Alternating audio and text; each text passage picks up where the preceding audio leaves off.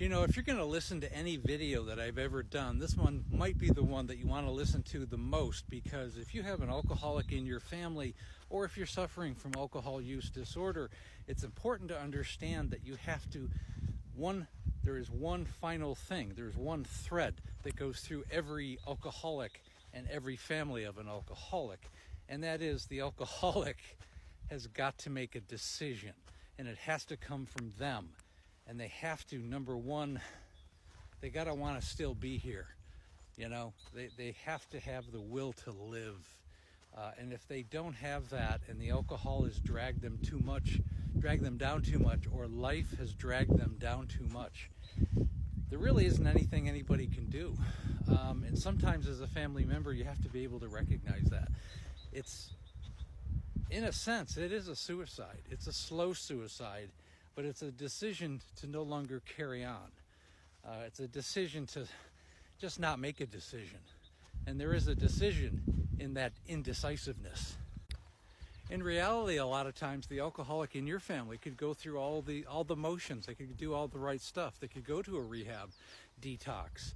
Maybe they go there 2, 3, 4, 6, 7 times.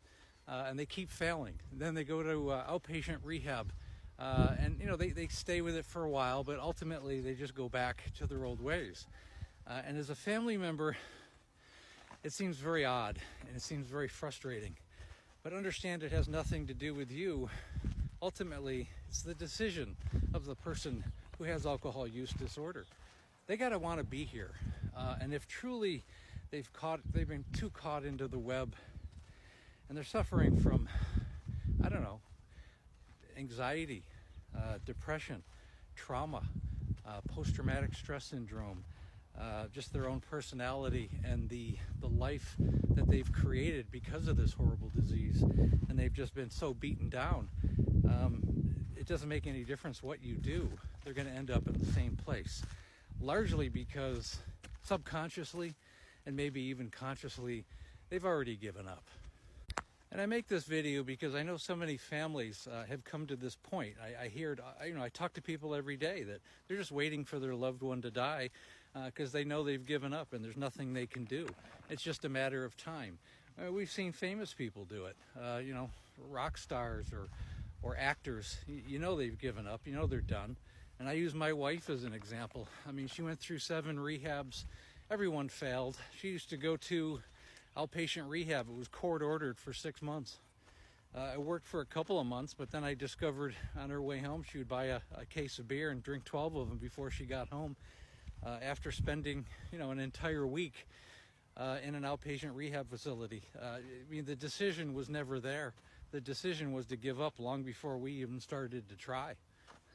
Now, as a family member, I'm not advocating giving up, or even as an alcoholic, I'm not advocating giving up. But recognize the signs when someone is really struggling more than they should, and maybe their decision has already been subconscious. Understand that it's not your fault as a family member, and maybe you should prepare, your own mental health.